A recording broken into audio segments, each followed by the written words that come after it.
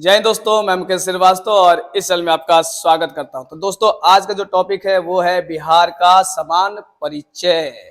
जी हाँ दोस्तों। अच्छा, शुरू करने से पहले बता दूं कि भाई कीर्तन उर्तन चल रहा है, अगर थोड़ा सा आवाज में डिस्टर्ब हो तो भावना को समझ लीजिएगा। और दूसरा बात ना, अभी आज ऑपरेशन कराए हैं दांत का, जिसमें टाका उका लगा हुआ है, हल्का हल्का ब्लीडिंग भी आ रहा है, इसलिए ज्यादा लाउडली तो नहीं बोलेंगे।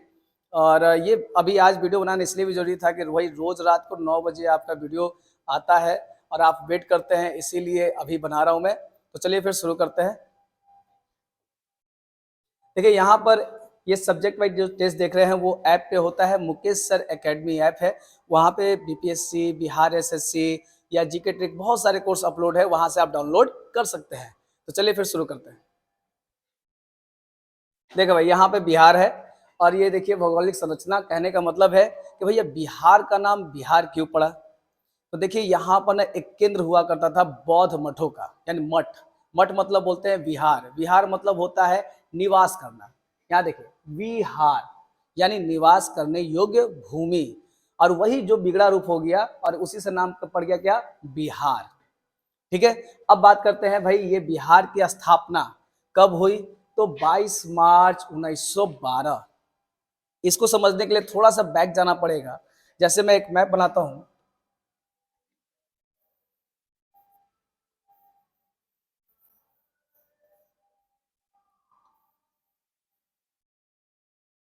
भावनाओं समझ लीजिएगा अगर खराब बनाओ तो देखिए थोड़ा सा बैक में जाने पे पता चलता है कि ये जो आप बांग्लादेश देख रहे हैं ना, पहले बांग्लादेश तो था ही नहीं। और ये पूरा का पूरा उड़ीसा, बंगाल, पश्चिम बंगाल, बिहार, झारखंड, सारा सारा क्या था, बिहार था, बंगाल था। लेकिन 1905 में कर्जन के द्वारा बंगाल को दो भागों में बांट दिया गया था। कब, 1905 में। किसके द्वारा, तो लॉर्ड कर्जन के द्वारा। अब इसको कहा गया पश्चिम बंगाल, इसको कहा गया पूर्वी बंगाल। और पश्चिम बंगाल की राजधानी रखी गई थी कोलकाता और पूर्वी बंगाल की राजधानी रखी गई थी कहाँ, ढाका। उसके बाद धीरे धीरे विरोध हुआ, बंग भंग विरोधी आंदोलन शुरू हुआ, जिसको पहला स्वदेशी आंदोलन कहते हैं। फिर उसके बाद दिल्ली दरबार आयोजित किया गया, जिसमें जॉर्ज पंचम आए थे। तो उसके बाद उन्होंने ना ये बंगाल विभाजन था उसको रद्द कर दिया, और उसके बाद जो भारत की राजधानी थी कोलकाता से दिल्ली कर दिया। और उसी समय बंगाल से ना उड़ीसा और बिहार मिलाकर एक अलग प्रांत बनाया गया, जिसका नाम रखा गया बिहार। इसलिए स्थापना दिवस कब मनाया जाता है, 22 मार्च 1912। अब थोड़ा बैक चलते हैं, यहाँ पे देखिए।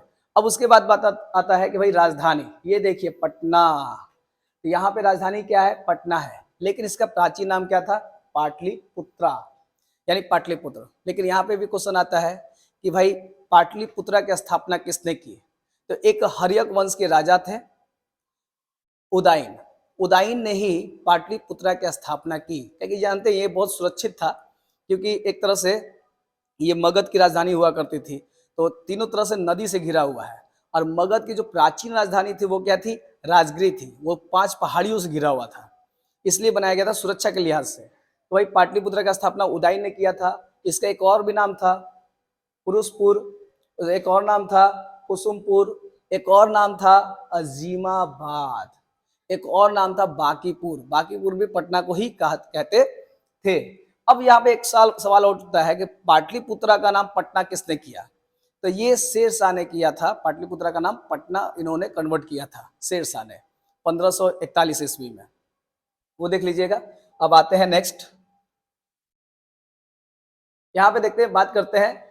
बिहार जो है कर्क रेखा के उत्तर में स्थित है। तो देखिए कर्क रेखा जो है ना यहां से गुजरता है, और ये झारखंड, और झारखंड के कौन से, रांची से।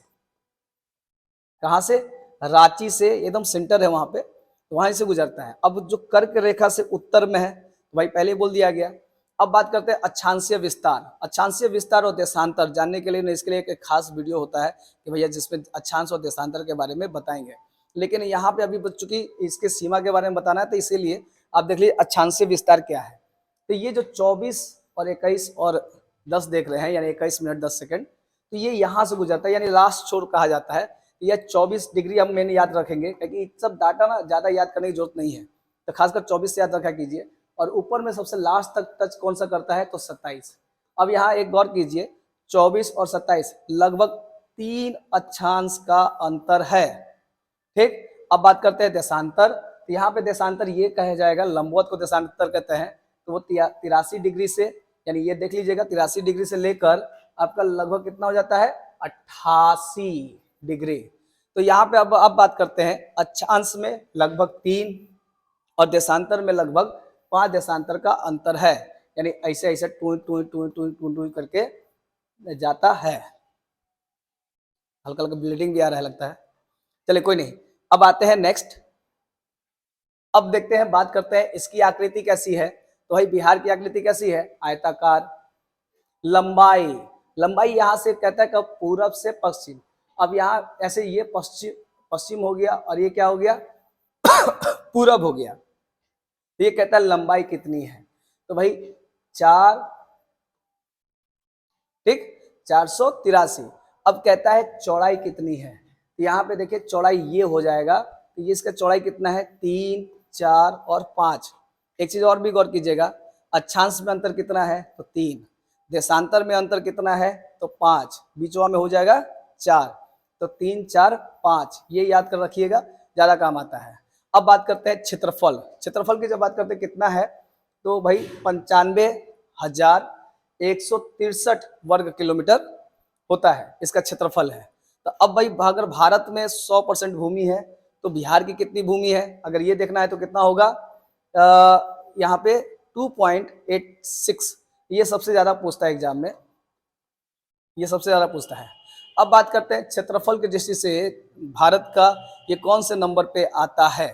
ऐसे जनसंख्या तीसरे नंबर पे आता है, लेकिन क्षेत्रफल के हिसाब से तो बहुत सारी किताबों में ना 12 भी देता है और 13 भी देता है। तो जैसे तेलंगाना जब अलग हुआ ना तो 13 कर दिया गया, ठीक। अब आते हैं नेक्स्ट, चलिए अब बात करते हैं सीमा को लेकर, यानी इसके पड़ोसी कौन कौन से हैं। तो जैसे मान लेते हैं, पहले दिशा बना लेते हैं, इधर हो जाएगा पश्चिम और इधर हो जाएगा क्या चीज पूरब, ऊपर में उत्तर और नीचे हो जाएगा दक्षिण। तो यहाँ भाई पश्चिम में कौन सा है, तो यूपी है, उत्तर प्रदेश है, यहाँ उत्तर में नेपाल है।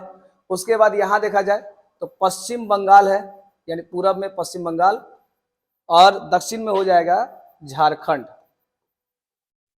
क्लियर है, पश्चिम में यूपी, उत्तर में नेपाल और यहाँ पूरब में पश्चिम बंगाल और दक्षिण में झारखंड। अब थोड़ा सीमा बनाता है कैसे, थोड़ा सा हम यहाँ बनाते हैं ऐसे, थोड़ा सा ये वाला ऐसे, यहाँ पे ऐसे और यहाँ ऐसे, ठीक है। अब एक देश टच करता है जो नेपाल है, तो उसकी सीमा, अंतर्राष्ट्रीय सीमा बिहार की कितनी है नेपाल से, तो यहाँ देखिए 729, यानी ये वाला बताया जा रहा है कि कितनी सीमा है, तो आप कहिएगा 729। और क्वेश्चन कैसे पूछता है, कहता है ना कि ये कौन सा जिला जो है नेपाल से टच नहीं करता है, ये क्वेश्चन आता है। तो भाई पहले देखते हैं कौन कौन सा जो जिला है टच करता है, तो वो है आपका 7 जिला है जो टच करता है। अब देखिए पश्चिम चंपारण, पूर्वी चंपारण, इसको नाम बोल देते हैं पप्पू। देखिए पश्चिम चंपारण और पूर्वी चंपारण, पप्पू। अब यहाँ देखिए सीतामढ़ी और मधु, तो हम कहते हैं सीमा, ठीक है, पप्पू सीमा। अब यहाँ हो जाएगा पौल यानी सुपौल, और रिया है और यहाँ किशन है। तो देखा जाए ना तो भाई जो नाम होते हैं ना वही नाम से है, एक है पप्पू, सीमा, पॉल भी है, रिया भी है और किशन भी है, सब लड़कों लड़कियों के नाम पे है ऊपर वाला जो जिला है।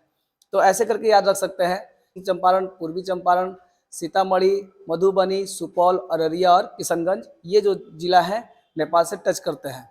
अब बात करते हैं पश्चिम बंगाल की बात, तो पश्चिम बंगाल से कितना टच करता है भाई, तो 3 ही टच करता है।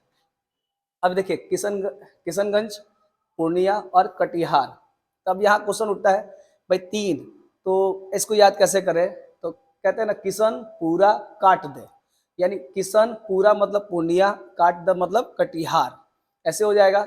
उसके बाद बात करते हैं झारखंड से कितना टच करता है, तो 8, भाई झारखंड से 8। तो यहाँ देखिए कटिहार हो गया, भागलपुर हो गया, बंका हो गया, जमुई, नवादा, गया, औरंगाबाद और रोहतास, ये जो जितने जिला हैं वो झारखंड से टच करते हैं, इसको देख लीजिएगा। और 8 यूपी से भी टच करता है, वो कौन कौन सा, तो यहाँ देखिए कैमूर, बक्सर, भोजपुर, सारण, सिवान, गोपालगंज और पश्चिम चंपारण। अब क्वेश्चन कुछ और घुमाते हैं, अब कहता है ना कि यूपी और नेपाल से कौन जिला टच करता है, तो गौर कीजिए कौन सा हो जाएगा, पश्चिम चंपारण। अब बात करेगा कि नेपाल और पश्चिम बंगाल से कौन टच करता है, किशनगंज। ठीक, उसके बाद बात करते हैं यहाँ पर कि भाई पश्चिम बंगाल और झारखंड दोनों से टच कौन करता है, तो हो जाएगा कौन सा, कटिहार। उसके बाद अगर हम बात करें यूपी और चंपारण झारखंड से कौन टच करता है, तो रोहतास। ऐसे करके भी आप याद रख सकते हैं। अब आते हैं नेक्स्ट, यहाँ पे देखिए पटना भाई राजधानी है, और पटना से कितने जिला टच करते हैं, तो वो होते हैं कितने, 9 है।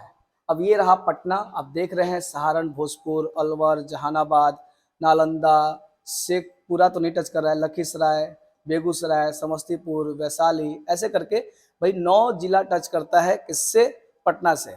और ऐसे 15 जिला ऐसे हैं जो किसी राज्य की सीमा नहीं बनाता है और किसी अंतर्राष्ट्रीय सीमा को नहीं बनाता है, तो 15 जिला है। एक क्वेश्चन आपके लिए, जो गंगा नदी ऐसे जाता है तो कितने जिला से होकर जाता है, यानी कितने जिले में पड़ता है वो, ये भी क्वेश्चन एग्जाम में आया था, तो देख लीजिएगा। आते हैं नेक्स्ट, यहाँ पे भाई अंतर्राष्ट्रीय सीमा तो हो गया, इसको काट देते हैं। अब बात करते हैं क्षेत्रफल के दृष्टि से जो सबसे बड़ा जो जिला है वो कौन सा है, तो चंपारण, पश्चिमी चंपारण। सबसे छोटा जिला कौन सा है, तो देखिए यहीं पे पूर्वी चंपारण के पास में कौन सा है, शिवहर, सबसे छोटा जिला है क्षेत्रफल की दृष्टि से। लेकिन अब जैसे होता है ना, भारत के छोर पड़ते हैं हम लोग, इंदिरा कॉल, इंदिरा पॉइंट याद होगा, उत्तरी छोर, दक्षिणी छोर, ऐसे करके। उसी तरह से बिहार का भी याद करते हैं, तो जैसे बोलता है सबसे उत्तर जिला वाला कौन है, सबसे उत्तरी छोर वाला जिला कौन सा है, तो आप कहिएगा यही वाला है, देख रहे हैं सबसे ज्यादा उत्तर में निकला हुआ है, तो कौन सा हो जाएगा, पश्चिमी चंपारण। अब बात करता है सबसे दक्षिणी जिला कौन सा है, तो गौर करते हैं, तो यहाँ से देखते हैं सबसे दक्षिण में कौन सा जिला निकल के आता है, तो गया, सबसे दक्षिण में। अब बात करता है कि सबसे पश्चिम जिला कौन सा है, तो यहाँ पे गौर करते हैं, तो देखिए ऐसे सबसे पश्चिम कौन सा हो जा रहा है, कैमूर। और बात करते हैं सबसे पूर्वी जिला कौन सा है, तो आप गौर कीजिएगा, तो यहाँ से ये निकल के आता है, ये वाला देख रहे हैं, किशनगंज, तो सबसे पूर्वी जिला हो गया ये। अब नेक्स्ट, अब ये हमारे यहाँ की जलवायु कैसी है, थोड़ा सा ना हेडिंग घबरा गया है, भावनाओं समझ लीजिएगा। जलवायु कैसी है, तो मानसूनी है। वर्षा, औसत वर्षा कितना होता है, तो 112 सेंटीमीटर। और सर्वाधिक वर्षा कहाँ होता है, तो आप कहिएगा किशनगंज में ही। और सबसे कम वर्षा कहाँ होता है, औरंगाबाद में। सबसे ठंडा और सबसे गर्म जिला कौन सा है, तो गया। बिहार की समुद्र से दूरी कितनी है, तो 200 किलोमीटर।